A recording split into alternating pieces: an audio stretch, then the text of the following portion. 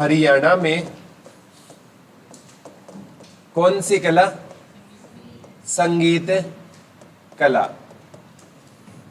हरियाणा में कौन सी कला बेटा? संगीत कला। किसके बारे में पढ़ेंगे? हरियाणा में संगीत कला। देखो, अगर आप संगीत के बारे में पढ़ोगे ना तो संगीत की कई विधाएं होती है, ठीक है। जैसे आपने शास्त्रीय संगीत सुना होगा, ठीक है। एक चतुराग संगम होता है, एक ख्याल गायन होता है, अलग अलग होता है, ठीक है। एक गजल गायन होता है। तो संगीत की क्या होती है बेटा? अलग अलग है विधाएं होती है, ठीक है। तो आज का हमारा टॉपिक क्या रहेगा? हरियाणा में संगीत कला। तो एक क्वेश्चन आता है, संगीत के सबसे प्राचीनतम साक्ष्य, संगीत के सबसे प्राचीनतम, संगीत के सबसे प्राचीनतम साक्ष्य कहां से मिले थे? शुद्ध यमुनानगर से मिले थे। लिख लो, संगीत के सबसे प्राचीनतम साक्ष्य, या हरियाणा में संगीत के सबसे प्राचीनतम साक्ष्य या प्राचीन साक्ष्य किस गांव से मिले थे बेटा? शुद्ध यमुनानगर से। लिख लो, हरियाणा में संगीत के सबसे प्राचीनतम साक्ष्य कहां से मिले थे? हरियाणा में संगीत के सबसे प्राचीनतम साक्ष्य कहां से मिले थे? किस गांव से मिले थे? शुद्ध गांव से। शुद्ध गांव कहां का रहेगा बेटा? यमुनानगर का रहेगा। यहाँ से संगीत के क्या मिले थे? सबसे प्राचीनतम साक्ष्य। बेटा यहाँ से क्या मिली थी? एक बैलगाड़ी मिली थी। क्या मिली थी? यहाँ से बैलगाड़ी मिली थी, और बैलगाड़ी में ना 4 से 5 व्यक्ति बैठे हुए थे, और हमने कह दिया कि वो व्यक्ति क्या होते थे? संगीतकार होते थे। अब ये क्वेश्चन उठा कि हमने कैसे कह दिया कि वो संगीतकार थे, ठीक है। क्योंकि उन 4 से 5 व्यक्तियों के हाथ में ना कुछ ऐसे वाद्य यंत्र थे जिनका प्रयोग किस में होता था? संगीत में होता था, ठीक है। हो सकता है उनके हाथ में कोई बांसुरी हो, ठीक है, कोई डमरू हो, कोई डेरू हो, ठीक है, कोई मतलब ताल वगैरह हो। तो हमने कह दिया ना उनके हाथ में वो ये वाद्य यंत्र देखकर वो क्या थे? संगीतकार थे। अगर उनके हाथ में बेटा कोई पिस्टल होता, ठीक है, कोई बंदूक होती, तो हम क्या कहते? वो क्या होते थे? ठीक है, गैंगस्टर नहीं, डाकू, ठीक है। क्या होते थे? पुराने टाइम में गैंगस्टर थोड़ी होते थे, ठीक है। तो हम क्या कह देते? वो डाकू थे। क्या थे? डाकू थे, ठीक है। भाई कहीं लूटने जा रहे हो, ठीक है। तो पुराने टाइम में ना कोई लिखित साक्ष्य ना हो ना, तो हम चीजों को देखकर क्या करते हैं? जज करते हैं, ठीक है। तो उनके हाथ में कुछ ऐसे वाद्य यंत्र थे जिनका प्रयोग किस में होता था? संगीत में। हमने कह दिया ना वो संगीतकार थे। अब हमें पता नहीं ये किस काल की बात है। फिर साइंस की एक प्रणाली होती है बेटा जिसे C14 बोलते हैं, कार्बन डेटिंग प्रणाली, ठीक है। C14 कार्बन डेटिंग प्रणाली, उससे किसी भी चीज की क्या ज्ञात की जाती है? आयु ज्ञात की जाती है। या किसी भी चीज की क्या ज्ञात की जाती है बेटा?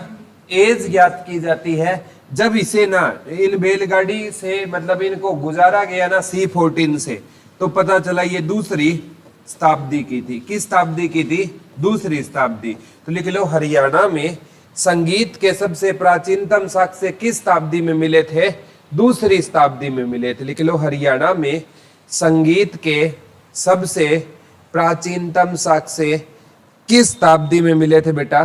दूसरी शताब्दी में मिले थे। लिख लो, हरियाणा में संगीत के सबसे प्राचीनतम साक्ष्य किस शताब्दी में मिले थे? दूसरी शताब्दी में मिले थे।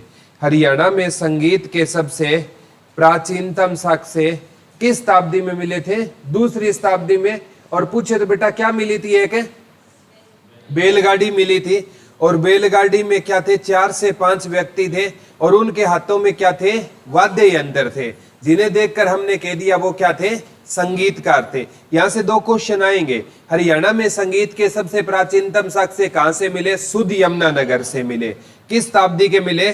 दूसरी शताब्दी के। तीसरा क्वेश्चन वहां से क्या मिली है? कि बैलगाड़ी मिली थी, ठीक है। अब अगर एक बार क्वेश्चन आ गया कि हरियाणा में चित्रकला के सबसे प्राचीनतम साक्ष्य कहां से मिले? बच्चे कराए शुद्ध यमुनानगर।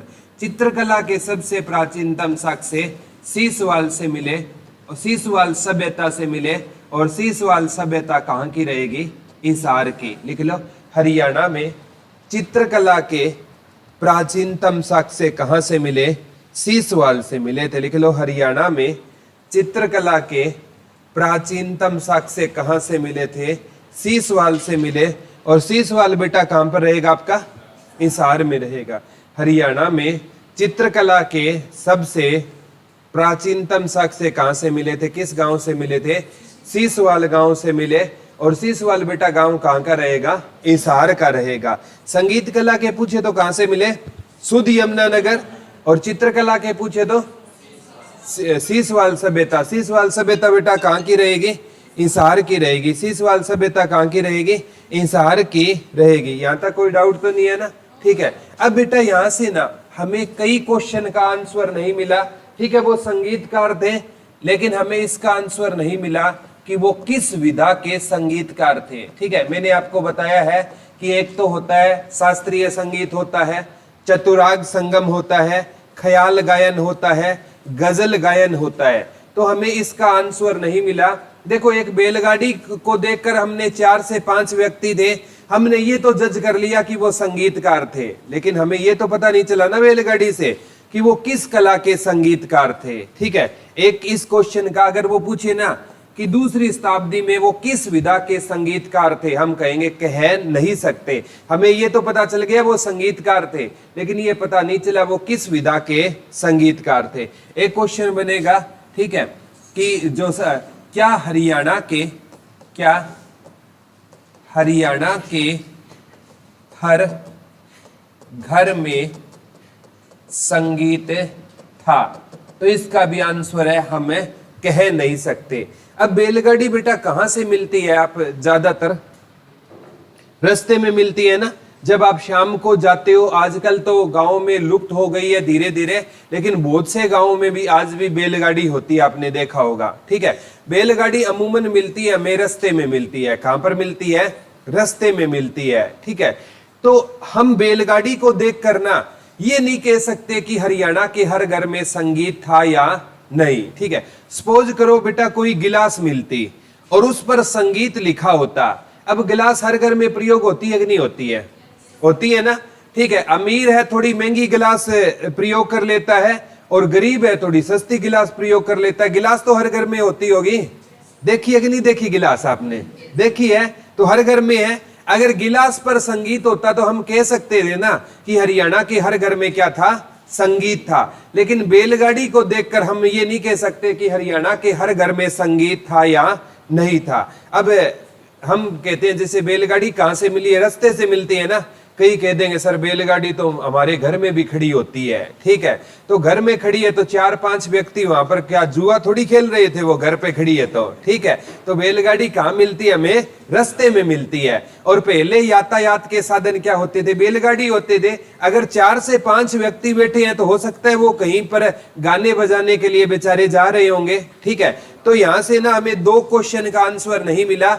एक तो वो किस विधा के संगीतकार थे, एक हरियाणा के हर घर में संगीत था या नहीं। वो पूछेगा क्या दूसरी शताब्दी के हरियाणा के हर घर में संगीत था, तो हम कहेंगे कह नहीं सकते। अगर वो पूछे किस विधा के दूसरी शताब्दी में संगीतकार थे, हम कहेंगे कह नहीं सकते। हाँ, इतना कह सकते हैं कि हरियाणा में दूसरी शताब्दी में क्या आ गया था? संगीत आ गया। कहां से मिले? सुध यमुनानगर से मिले। लेकिन विधा पूछे तो कह नहीं सकते, और हर घर में था या ये भी कह नहीं सकते। अब इसका इंतजार के लिए हमें कौन सी शताब्दी तक वेट करना? 9वीं शताब्दी। 9वीं शताब्दी में लिख लो, अगरवा से एक ईंट मिली थी। क्या मिली थी? अगरवा कहां पर है बेटा? ईसा।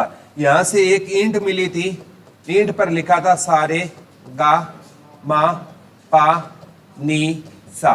ठीक है, लिख लो अगरवा से हमें क्या मिली थी? एक ईंट मिली थी। 9वीं शताब्दी में लिख लो, अगरवा से हमें एक ईंट मिली थी। 9वीं शताब्दी में अगरवा से क्या मिली थी? एक हमें ईंट मिली थी। और इस ईंट पर ना क्या लिखा हुआ था बेटा? सारे गा मा पा नी सा। और ये सारे गा मा पा नी सा है ना, इसका प्रयोग जिस संगीत में होता है ना, वो कौन सा संगीत है बेटा? शास्त्रीय संगीत है। तो लिख लो 9वीं शताब्दी में हरियाणा में कौन सा संगीत आ गया था? शास्त्रीय संगीत आ गया। वो पूछेंगे शास्त्रीय संगीत के सबसे, देखो क्वेश्चन को घुमाएगा एग्जामिनर, वो पूछेगा शास्त्रीय संगीत के सबसे प्राचीनतम साक्ष्य कहां से मिले? ऑप्शन में शुद्ध मिलेगा। उस कंडीशन में क्या करोगे आप? अग्रवा करोगे। क्या करोगे?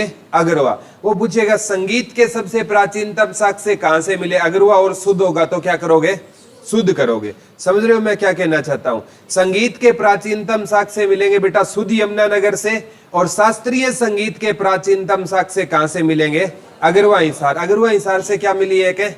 ईंट। ईंट पर क्या लिखा हुआ था? सारे गामा पा। सारे गामा पा का प्रयोग किस संगीत में होता है?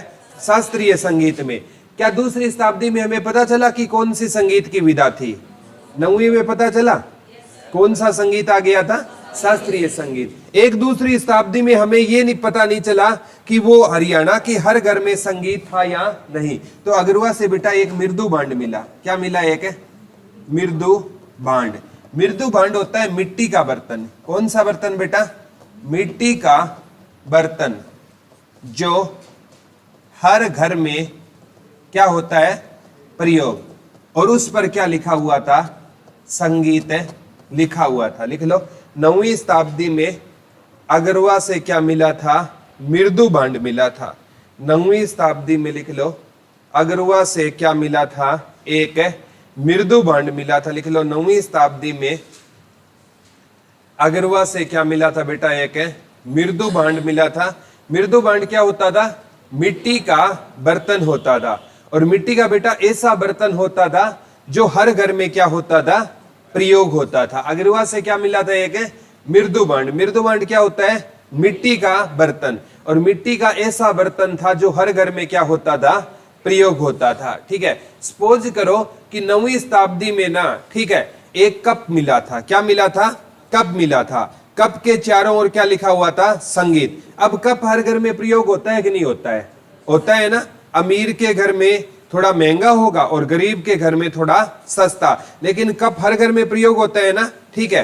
तो 9वीं शताब्दी में हमें क्या ये कप, ये मृदु भांड का मिलना किस बात की ओर इशारा कर रहा था? कि हरियाणा के हर घर में क्या आ गया? संगीत आ गया। देखो दूसरी शताब्दी में कितने आंसर नहीं मिले हमें? 2 आंसर नहीं मिले। एक तो वो संगीत की विधा कौन सी थी? एक हरियाणा के हर घर में संगीत था या नहीं। लेकिन 9वीं शताब्दी में दोनों आंसर मिल गए ना। संगीत की विधा कौन सी थी? और हरियाणा के हर घर में संगीत था या नहीं? हरियाणा के हर घर में क्या आ गया? संगीत आ गया। ठीक है। अब बात आती है बेटा मध्यकाल की। किस काल की आती है? मध्य काल की। मध्य काल। ठीक है। कौन से काल की बात है? मध्य काल की बात है। कौन से काल की बात है बेटा? मध्य काल। ठीक है। इसे मुगल काल भी हम बोल सकते हैं। क्या बोल सकते हैं? मुगल काल। ठीक है। मध्य काल या मुगल काल। इसमें एक संगीतज्ञ होते थे संत सूरदास। कौन होते थे बेटा? संत सूरदास। जन्म 1478 ईस्वी में। एक गांव है हरियाणा में, सिही गांव, और वो गांव आता है, जिस डिस्ट्रिक्ट में आता है वो है फरीदाबाद। लिख लो संत सूरदास का जन्म कहां पर हुआ? सिही गांव फरीदाबाद में हुआ था। संत सूरदास का जन्म कहां पर हुआ था? सिही गांव फरीदाबाद में हुआ था। लिख लो संत सूरदास का जन्म कहां पर हुआ था? सिही गांव फरीदाबाद में। किसका जन्म हुआ था? संत सूरदास का जन्म हुआ। कब हुआ बेटा? 1478 ईस्वी में। वैसे ना संत सूरदास का कहते हैं जन्म विवादित है। ठीक है। कई कहते हैं 1478 में नहीं हुआ, लेकिन जितने भी हमें सोर्सेस मिलते हैं ना ज्यादातर, उनमें इनका जन्म कब दिखाया गया? 1478 में। लेकिन HSSC ये पूछती है इनका जन्म किस गांव में हुआ? सिही गांव। और सिही गांव हरियाणा के किस डिस्ट्रिक्ट में है? फरीदाबाद में इनका क्या हुआ? जन्म हुआ। ठीक है। कहते हैं संत सूरदास है ना, ये जन्म से अंधे होते थे। क्या होते थे बेटा? जन्म से अंधे होते थे। जन्मांत बोला जाता है, जो जन्म से अंधा हो जन्मांत बोला जाता है। जो जन्म से क्या हो? अंधा। ये जन्मांत थे या जन्म से क्या थे? अंधे थे। और ये है ना किस काव्य धारा के कवि थे? भगवान श्री कृष्ण या राधा कृष्ण काव्य धारा के क्या होते थे? ये कवि होते थे। ये किस काव्य धारा के कवि होते थे? भगवान श्री कृष्ण या राधा कृष्ण की काव्य धारा के कवि। जैसे संत तुलसीदास है ना, वो उन्होंने राम के चरित्र का क्या किया था? वखान किया। और भगवान श्री कृष्ण के चरित्र का वखान किस कवि ने किया था? संत सूरदास ने किया। ठीक है, तो राम काव्य धारा के कवि पूछे तो कौन हो जाएंगे? तुलसीदास। ठीक है, तुलसीदास की एक रचना है, सुन देखी होगी, रामचरितमानस। सुनी है क्या? रामचरितमानस। तो तुलसीदास जी कहते हैं कि इंसान का चरित्र है ना, वो किसके जैसे होना चाहिए? राम जैसा होना चाहिए। ठीक है, इंसान का चरित्र किस जैसा होना चाहिए? राम जैसा होना चाहिए। राम है ना प्यारे बच्चों, ठीक है, कि कई ने उनकी माँ ने 14 वर्ष का उनको वनवास दे दिया, और जब वो वनवास से वापस आकर लौटे ना, तो सबसे पहले उन्होंने कैकेयी माता को क्या किया था? प्रणाम किया था। ठीक है, ऐसा होता है राम का चरित्र। 14 साल वन में रहे जिस इंसान के कारण, सबसे पहले उन्हीं को क्या किया था? उन्होंने प्रणाम किया था। ठीक है, राम जैसा। देखो, अगर आप है ना राम और रावण में बेटा कंपैरिजन करोगे ना, तो रावण के पास राम से ज्यादा संपत्ति थी। यानी जिस इंसान के पास सोने की लंका हो ना, तो उसके पास कोई चीज की कमी थोड़ी है। ठीक है, संपत्ति किसके पास थी? रावण के पास। अगर ज्ञान की बात करूं ना, तो रावण एक पंडित था और चारों वेद का उसको कंठस्थ ज्ञान था। चारों वेदों में ना रावण क्या निकाल सकता था? कमी। तो ज्ञान में भी कौन सा था तेज? रावण तेज था राम से। लेकिन राम से रावण है ना, कमी किस में रह गई? चरित्र में। राम जैसा चरित्र किसका नहीं था? रावण का। लिए तुलसीदास कहते हैं रामचरितमानस। इंसान का चरित्र किस जैसा होना चाहिए? राम जैसा होना चाहिए। ठीक है, तो ये भगवान श्री कृष्ण काव्य धारा के कवि कौन होते थे? सूरदास होते थे। ये किसके बारे में लिखे थे? भगवान श्री कृष्ण के बारे में लिखते थे। तो ये जन्म से क्या होते थे? अंधे होते थे। कौन होते थे जन्म से अंधे? संत सूरदास। एक मैंने कहा था, यमुना नदी प्रमुख रूप से कहां पर सिंचाई करती है? फरीदाबाद। आपको ये क्वेश्चन HSSC ने पूछा था, करवाया भी था। फरीदाबाद में कौन सी नदी सिंचाई करती है? यमुना नदी। करवाया था। यमुना नदी है ना, ताजेवाला बैराज से एंट्री करती है। 1873 में ताजेवाला बैराज बना, उसका स्थान अथनी-कुंड बैराज ने ले लिया, जो 1996 में 168 करोड़ में बना था। 1999 में निर्माण पूर्ण हुआ। ठीक है, यमुना नदी को यमराज की बहन, सूर्य पुत्री, छाया पुत्री और शनि जी महाराज की बहन कहते हैं। ठीक है, तो ये संत सूरदास का जन्म 1478 में है। इनकी रचना पूछी जाती है बेटा, सूर सागर, सूर सागर, सूर सारावली। सूर सागर और सूर सारावली किसकी रचना होती थी? संत सूरदास की रचना होती थी। सूर सागर और सूर सारावली किसकी रचना होती थी? संत सूरदास की रचना होती थी। सूर सागर और सूर सारावली किसकी रचना होती थी बेटा? संत सूरदास की रचना होती थी। और कहते हैं जब सूर सागर लिखी गई ना, तो इसमें कहते हैं 1.25 लाख पद थे। कितने पद थे बेटा?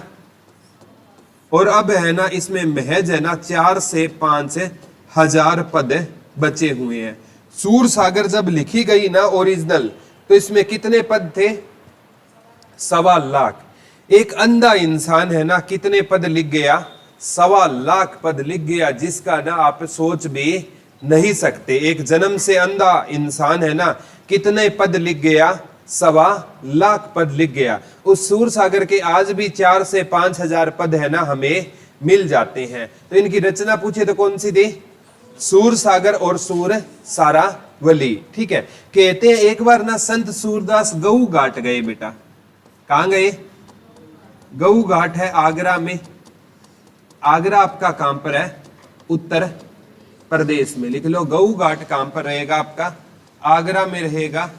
और आगरा आपका कहां पर रहेगा बेटा? उत्तर प्रदेश में रहेगा। लिख लो, संत सूरदास कहां पर गए थे? गऊ घाट आगरा गए थे। संत सूरदास कहां पर गए थे बेटा? गऊ घाट। गऊ घाट कहां पर है? आगरा। आगरा कहां पर रहेगा आपका? उत्तर प्रदेश में। कौन गए थे? संत सूरदास गए थे। यहां पर इनकी भेंट हो गई आचार्य बल्लभाचार्य से। किससे हो गई बेटा? आचार्य बल्लवाचार्य से, और इन्होंने आचार्य बल्लवाचार्य जी को क्या मान लिया, अपना गुरु मान लिया। लिख लो, गऊ घाट आगरा में इनकी भेंट किससे हो गई थी, आचार्य बल्लवाचार्य से। लिख लो, एक बार ये कहां पर गए थे, गऊ घाट गए थे। गऊ घाट कहां पर है बेटा, आगरा में। आगरा कहां पर है आपका, उत्तर प्रदेश। यहां पर इनकी भेंट किससे हो गई, आचार्य बल्लवाचार्य। पेपर में यही क्वेश्चन आता है कि संत सूरदास के गुरु का नाम क्या था, आचार्य बल्लवाचार्य। एक बार आचार्य बल्लवाचार्य ऑप्शन में नहीं आया तो इनके दूसरे गुरु थे संत हरिदास। कौन होते थे, संत हरिदास। ठीक है, लिख लो, इनके दो गुरु होते थे, पहले आचार्य बल्लवाचार्य और दूसरे कौन होते थे बेटा, संत हरिदास होते थे। पहले कौन होते थे और दूसरे संत हरिदास। अगर दोनों आए तो क्या करोगे, आचार्य बल्लवाचार्य, क्योंकि हमेशा है ना पहले गुरु का पूछा जाता है। तो दोनों आए तो आचार्य बल्लवाचार्य करोगे, और मतलब एक एक आए तो कोई भी कर देना। तो इनके पहले गुरु कौन थे, संत आचार्य बल्लवाचार्य, और दूसरे कौन होते थे, संत हरिदास होते थे। याद ना रहे ना, संत सूरदास अंधे होते थे ना। ठीक है, याद कैसे करोगे, संत सूरदास है ना बल्लभ जगा कर किसका भजन किया करते थे, हरि का भजन किया करते थे। ऐसे कर लेना, संत सूरदास है ना बल्लभ जगा कर किसका भजन किया करते थे, हरि का। तो पहले गुरु कौन हो गए, बल्लवाचार्य जी, आचार्य बल्लवाचार्य। दूसरे कौन हो गए, संत हरिदास। किसके गुरु होते थे, संत सूरदास के। तो इन्होंने मतलब इनकी आचार्य बल्लवाचार्य से भेंट कहां पर हुई, गऊ घाट। गऊ घाट कहां पर है, आगरा। आगरा कहां पर है, उत्तर प्रदेश में। यहां पर कहते हैं इनको ना, एक श्री नारायण मंदिर है, श्री नारायण मंदिर की ना देख रेख है ना इनको आचार्य बल्लवाचार्य ने सौंप दी। श्री नारायण मंदिर है ना, ये आगरा में है। इसकी देख रेख किसको सौंप दी थी, संत सूरदास को। लिख लो, श्री नारायण मंदिर की, श्री नारायण मंदिर की देख रेख किसको सौंप दी जाती है, संत सूरदास को।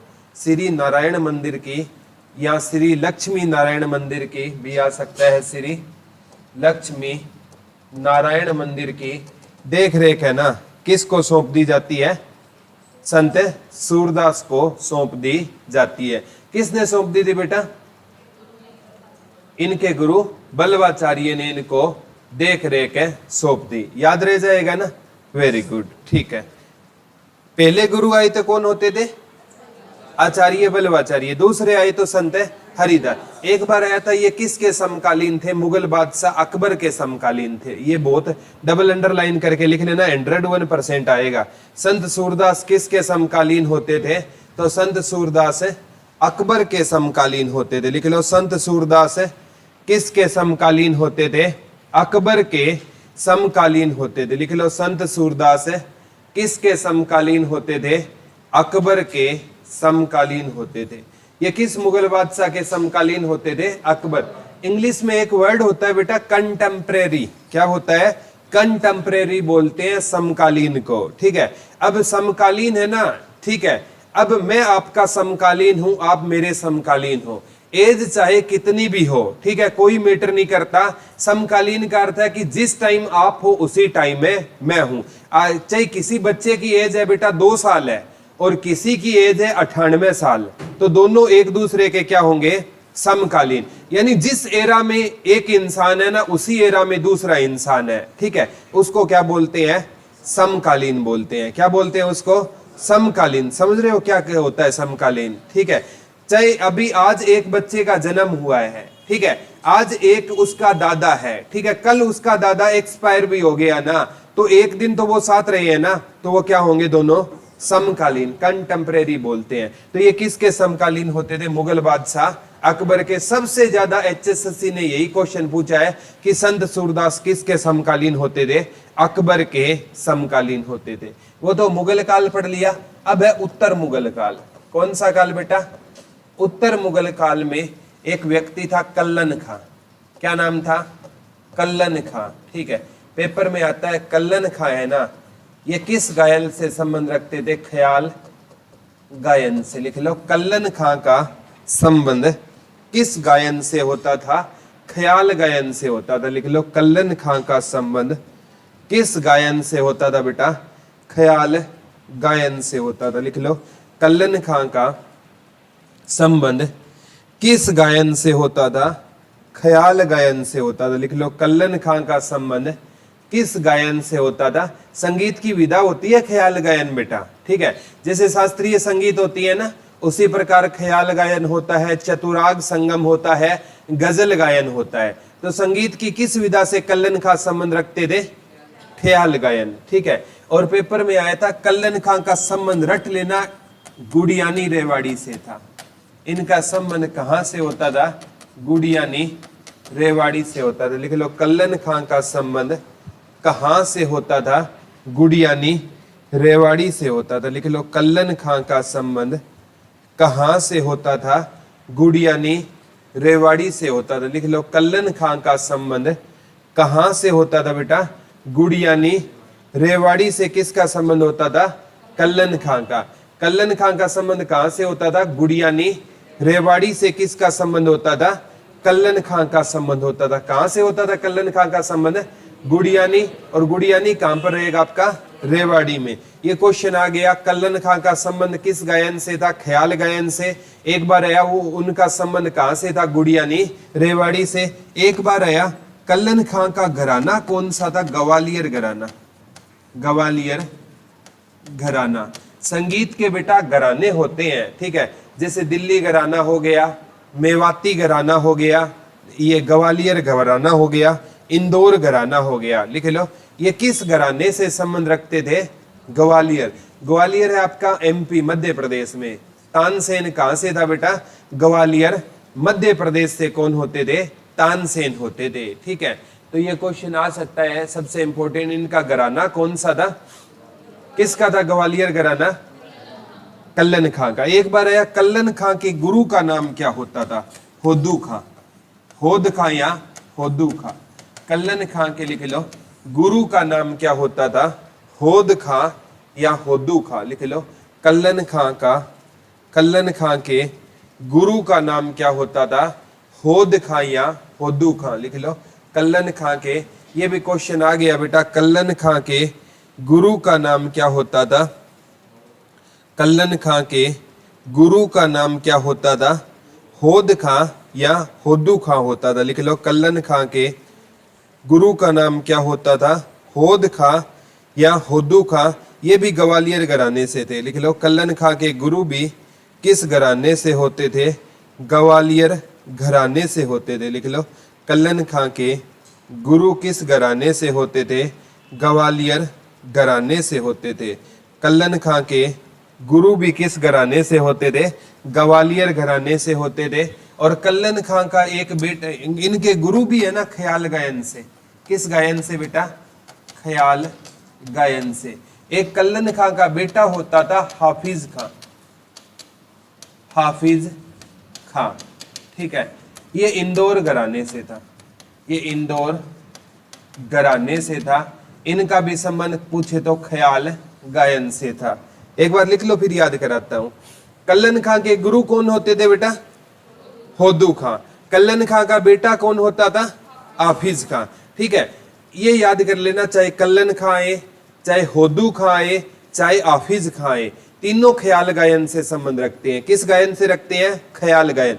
दोनों का घराना एक ही है। कल्लन खां और होदू खां का घराना है ग्वालियर, और एक का घराना याद करना इंदौर। और इंदौर भी कहां पर है बेटा?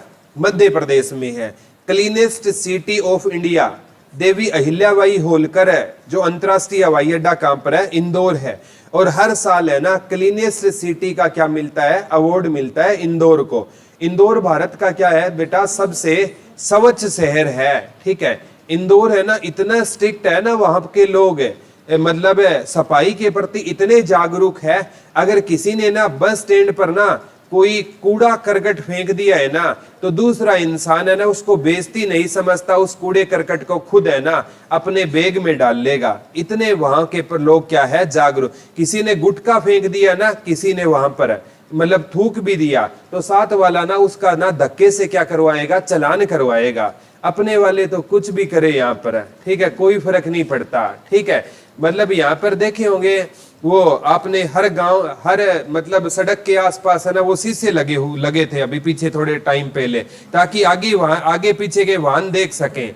अगले दिन बोला फीलिंग लेने के लिए शीशे ही फोड़ दिए। ठीक है, बोला यार देखते हैं कैसे टूटता है शीशा। क्या घर में शीशे को फोड़कर फीलिंग लिया आपने? ठीक है, वहां पर नहीं लेते, क्योंकि जिस चीज से हमारे इमोशन नहीं जुड़े हैं ना बेटा, वहां पर हमें कोई फीलिंग नहीं आती। ठीक है, आज आप पढ़ते हो कि पाकिस्तान में 100 लोग मारे गए, क्योंकि उनकी फीलिंग आपके साथ नहीं जुड़ी है। आप बस एक खबर के तौर पर पढ़ते हो कि पाकिस्तान में 100 लोग मारे गए, पन्ना पलट दिया, कोई फीलिंग नहीं आई आपको। आपने महेंद्रगढ़ वाला सुना कि 6 बच्चे मारे गए, अंदर से दिल पसीज गया ना कि यार 6 बच्चे मारे गए, बहुत बुरा हुआ, ड्राइवर वो शराब पीकर। क्योंकि है ना वो हरियाणा से है, तो हमारे उनके साथ क्या जुड़े हुए हैं? इमोशन जुड़े हुए हैं। सारा का सारा खेल इमोशन का है। ठीक है, संबंध होता है ना वो दुखों का कारण होता है। ठीक है, जो संत महात्मा होते हैं उनको दुख क्यों नहीं होता? वो किसी से संबंध रखते ही नहीं है। ठीक है, उनके लिए सारे क्या है?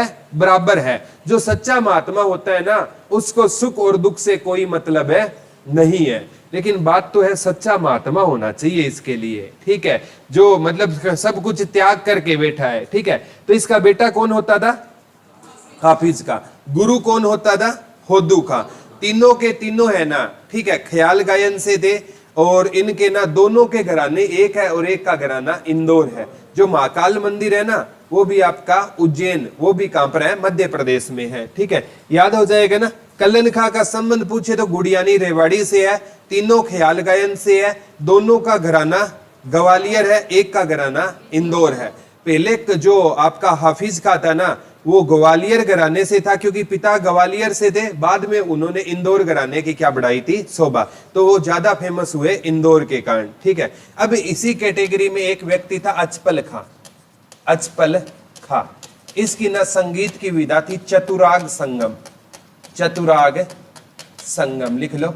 एक व्यक्ति था अचपल खां, लिख लो। अचपल खां की संगीत की विधा कौन सी थी? लिख लो। अचपल खां की संगीत की विधा कौन सी थी बेटा? तो अचपल खां की संगीत की विधा कौन सी थी? तो बता दो, चतुराग संगम। लिख लो, अचपल खां की संगीत की विधा कौन सी थी? तो कौन सी थी बेटा? चतुराग संगम थी। कौन सी थी? चतुराग संगम थी। ये पूछा गया था अचपल खां की संगीत की विधा कौन सी होती थी? चतुराग संगम। चतुराग संगम से कौन संबंध रखते थे? अचपल खां रखते थे। अचपल खां का संबंध किस संगम से होता था बेटा? चतुराग संगम से। ठीक है, और ख्याल गायन से कौन थे? कल्लन खां, होदू खां, हाफिज खां। कल्लन खां के गुरु का नाम होदू खां, बेटे का नाम हाफिज खां। ठीक है, अचपल खां है ना ये चतुराग संगम से संबंध रखते थे, और इनका घराना दिल्ली घराना था। इनका घराना पूछे कौन सा होता था? दिल्ली घराना होता था। तरनस खां, इनके शिष्य का नाम पूछे तो तरनस खां होता था।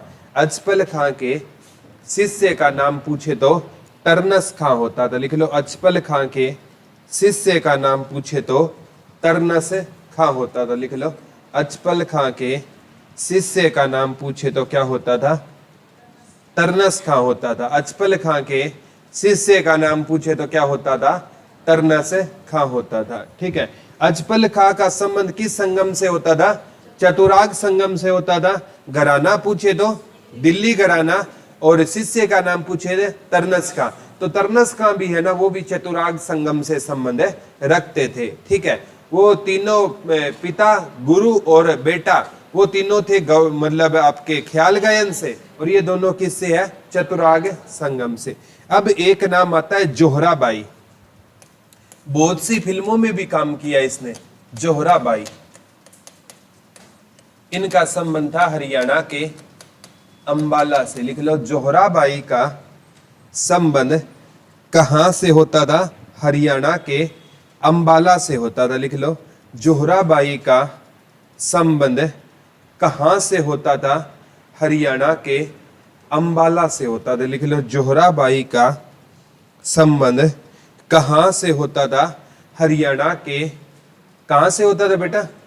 अंबाला से था, ठीक है। एक बार है, अंबाला कैंट कब बना? 1843 में।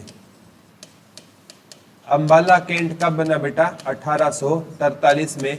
एक बार है, 1842 में अंबाला है ना किसके अधीन होता था? शिमला के अधीन होता था। ये दोनों क्वेश्चन आ गए। अंबाला कैंट कब बना बेटा? 1843 में। डबल अंडरलाइन करके लिख लेना, आ चुका है ये। अंबाला कैंट कब बना? 1843 में।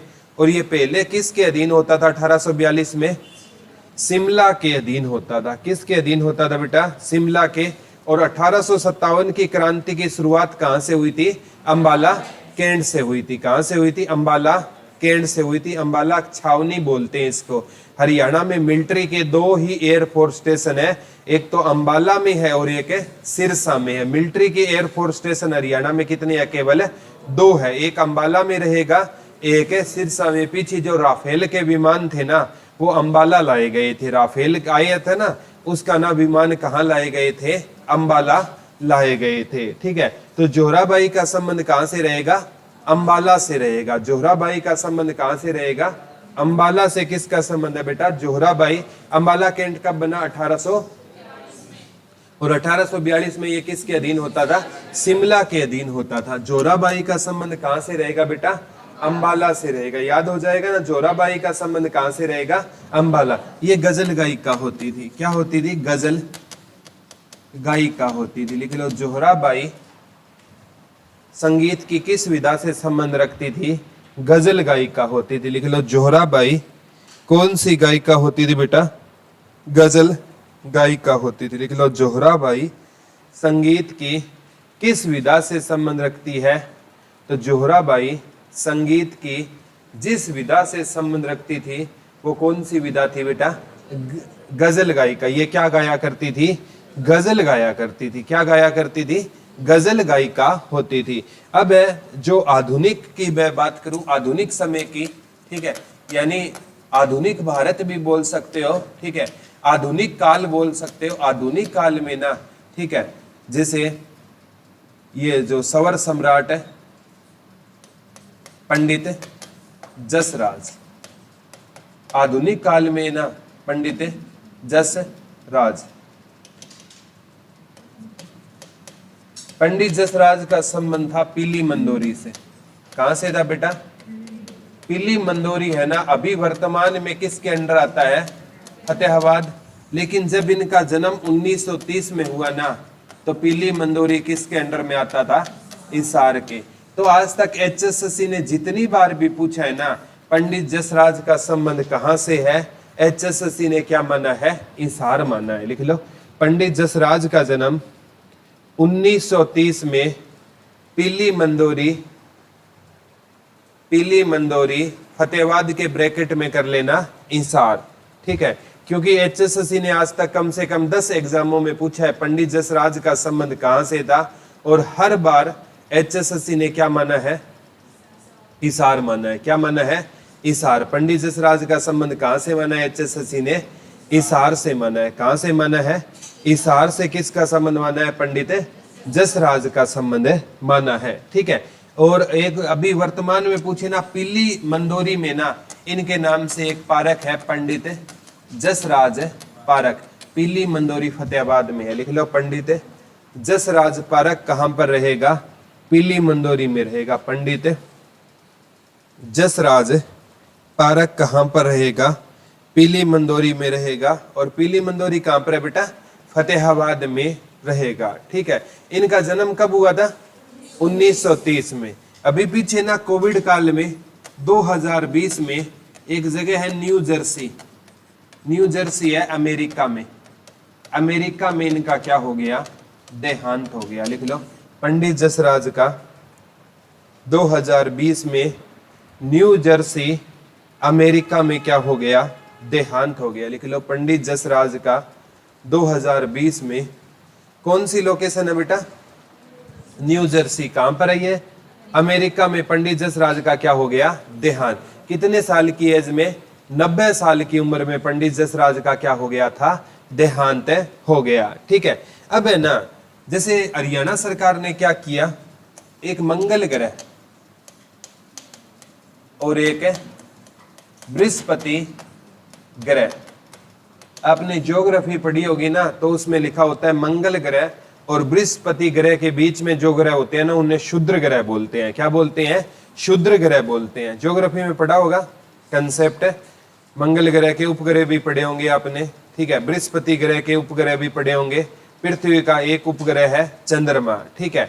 ये ज्योग्राफी में अच्छे से कंसेप्ट क्लियर किया करो। मंगल और बृहस्पति ग्रह के बीच में क्या है? क्षुद्र ग्रह।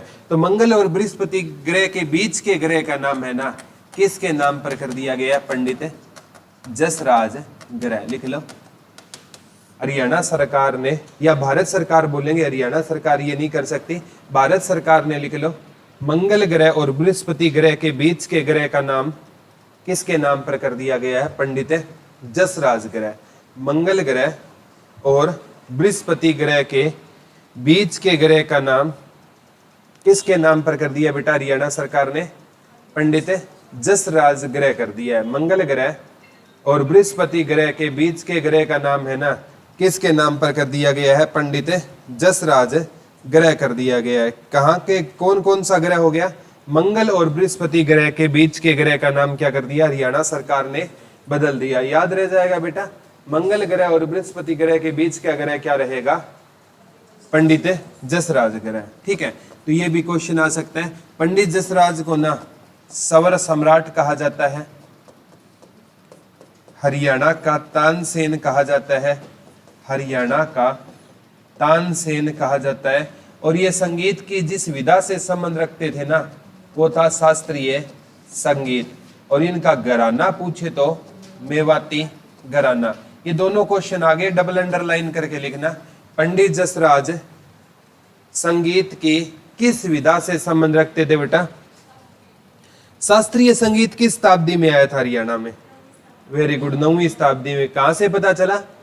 अगरवा। अगरवा से क्या मिली है? कि ईंट मिली थी। वेरी गुड, ठीक है। तो ये इनकी संगीत की विधा पूछे तो बेटा शास्त्रीय संगीत हो जाएगी। और इनका ना घराना पूछे तो मेवाती।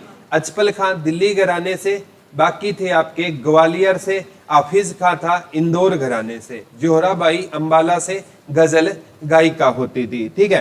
तो इन्हें हरियाणा का तानसेन सवर सम्राट कहा जाता है। क्या कहा जाता है? सवर सम्राट कहा जाता है। एक इन्हें ना पद्म विभूषण मिल चुका है बेटा, पद्म विभूषण। एक इन्हें पद्म श्री, पद्म श्री। एक पंडित हरिदास सम्मान। एक संगीत मार्तंड। ये उपाधियां हैं इनके, संगीत मार्तंड, ठीक है। इन्हें पद्म विभूषण मिल चुका है, पद्म श्री मिल चुका है, और इन्हें पंडित हरिदास सम्मान मिल चुका है, और संगीत मार्तंड। ये इनके क्या है? कुछ सम्मान है, ठीक है। पद्म विभूषण, पद्म श्री, संगीत मार्तंड, पंडित हरिदास सम्मान किसको मिल चुके हैं? ये पंडित जसराज। संबंध पूछे तो कहां से रहेगा? पीली मंदोरी। पीली मंदोरी वर्तमान में कहां पर है? ठीक है। पंडित हरिदास सम्मान मिल चुका है। एक कौन सा सम्मान मिला है बेटा? संगीत मार्तंड। कौन सा सम्मान मिला है? संगीत मार्तंड, पंडित हरिदास सम्मान किसको मिल चुका है? पंडित जसराज को मिल चुका है, ठीक है। भारत रत्न के बाद है ना पद्म भूषण, पद्म विभूषण, पद्म श्री, ठीक है। ये सम्मान होते हैं, 4 बड़े सम्मान होते हैं, ठीक है। 1954 में इनकी क्या हुई थी? शुरुआत हुई थी, ठीक है। तो इनको पद्म विभूषण भी मिल चुका है, पद्म श्री भी मिल चुका है। किसको मिल चुका है बेटा? पंडित जसराज को मिल चुका है। ये आपका टॉपिक था हरियाणा में कौन सी कला? संगीत कला। हरियाणा में कौन सी कला बेटा? संगीत कला। सबसे पहले हमने पढ़ा था 2री शताब्दी में हरियाणा में संगीत के प्राचीनतम साक्ष्य मिले थे। शुद्ध यमुनानगर से एक बैलगाड़ी मिली थी, और वो 2री शताब्दी की थी, लेकिन हम नहीं कह पाए वो क्या हरियाणा के हर घर में संगीत था या नहीं। वो संगीत की विधा कौन सी थी? इसके लिए 9वीं शताब्दी का इंतजार करना पड़ा। अगरवा से एक ईंट मिली थी जिस पर सारे गामापा लिखा हुआ था, वो शास्त्रीय संगीत की विधा थी। और 9वीं शताब्दी में ही ना हमें क्या मिला था बेटा? एक मृदु बांड मिला था, ऐसा बर्तन जो हरियाणा के हर घर में प्रयोग होता था। तो हरियाणा के 9वीं शताब्दी में शास्त्रीय संगीत आ गया और हरियाणा के हर घर में क्या आ गया था, संगीत आ गया। फिर पंडित ये पढ़ा था हमने, संत सूरदास सी, गांव फरीदाबाद से सूर सागर सूर सारावली रचना थी। गुरु आचार्य बल्लभाचार्य नाई तो संत हरिदास, गऊ घाट आगरा में उनकी भेंट हुई आचार्य बल्लभाचार्य से। उन्हें श्रीनाथ या श्री नारायण मंदिर या लक्ष्मी नारायण मंदिर की देख रेख सौंप दी थी। सूर सागर में पद थे 1.25 लाख, लेकिन वर्तमान में 4 से 5,000 पद है। ठीक है, अकबर के समकालीन होते थे। फिर कल्लन खां के गुरु होदू खां और कल्लन खां का बेटा हाफिज का, तीनों ख्याल गयन से, दोनों एक मतलब संबंध पूछे तो गुड़ियानी रेवाड़ी, दोनों का घराना ग्वालियर, एक का इंदौर। फिर अचपल खां चतुराग संगम दिल्ली घराना, तरनस खां शिष्य। फिर हमने जोराबाई गजलकाई का अंबाला से और पंडित जसराज। याद रह जाएगा ना, कोई दिक्कत तो नहीं है? आज वाला समझ आ गया ना? कोई है ऐसा बच्चा जिसको समझ नहीं आया? कोई तो होगा ऐसा योद्धा। सभी को आ गया? थैंक यू बच्चों।